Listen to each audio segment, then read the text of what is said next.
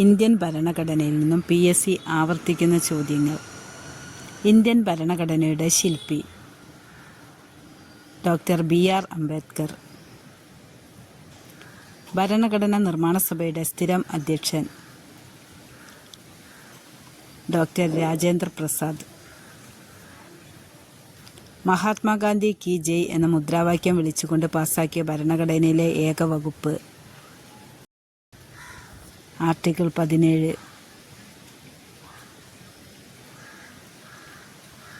ഭരണഘടന നിലവിൽ വന്ന തീയതി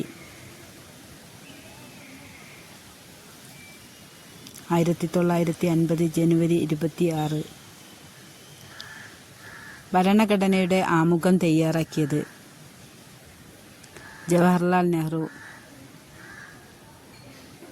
ഇന്ത്യയുടെ പ്രഥമ പൗരൻ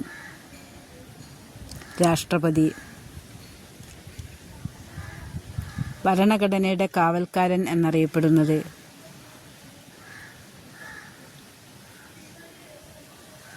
സുപ്രീം കോടതി. വിദ്യാഭ്യാസത്തിനുള്ള അവകാശം ഏത് ആർട്ടിക്കിളിലാണ് ഉൾപ്പെടുന്നത്? Article 21A. തദ്ദേശ സ്വയംഭരണ സ്ഥാപനങ്ങളുടെ പിതാവ് എന്നറിയപ്പെടുന്നത് റിപ്പൺ പ്രഭു.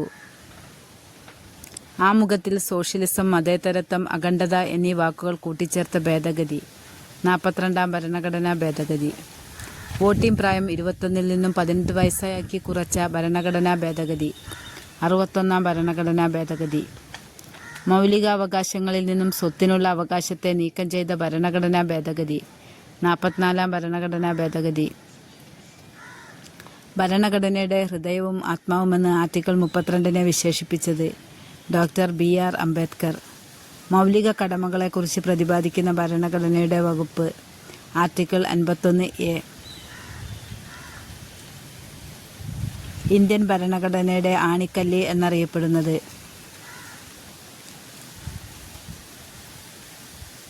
മൗലികാവകാശങ്ങൾ. ഇന്ത്യയിലെ ആദ്യത്തെ ലോകസഭാ സ്പീക്കർ GV മാവ്ലങ്കർ. പാർലമെന്റിന്റെ സംയുക്ത സമ്മേളനത്തിൽ അധ്യക്ഷത വഹിക്കുന്നത് സ്പീക്കർ. അയിത്തം നിരോധിച്ച ഭരണഘടനാ ആർട്ടിക്കിൾ 17. ഇലക്ഷൻ കമ്മീഷനെ കുറിച്ച് പ്രതിപാദിക്കുന്ന ആർട്ടിക്കിൾ ഏത്? ആർട്ടിക്കിൾ 315. ഫിനാൻസ് കമ്മീഷനെ കുറിച്ച് പ്രതിപാദിക്കുന്ന ആർട്ടിക്കിൾ 280. ധനബിൽ ആദ്യം അവതരിപ്പിക്കുന്നത് പാർലമെന്റിന്റെ ഏത് സഭയിലാണ്? ലോകസഭയിൽ. മൗലികാവകാശങ്ങളിൽ ഏതെങ്കിലും ഒന്ന് ലംഘിക്കപ്പെടുന്ന പക്ഷം അവ പുനഃസ്ഥാപിച്ച് കിട്ടാൻ ആർട്ടിക്കിൾ 226 പ്രകാരം ഏത് കോടതിയെയാണ് സമീപിക്കേണ്ടത്?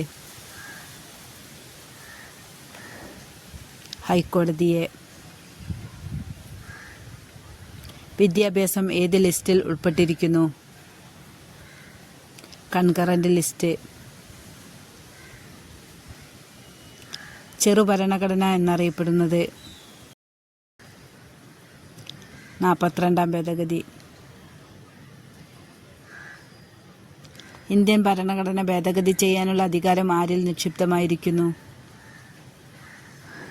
പാർലമെന്റിൽ.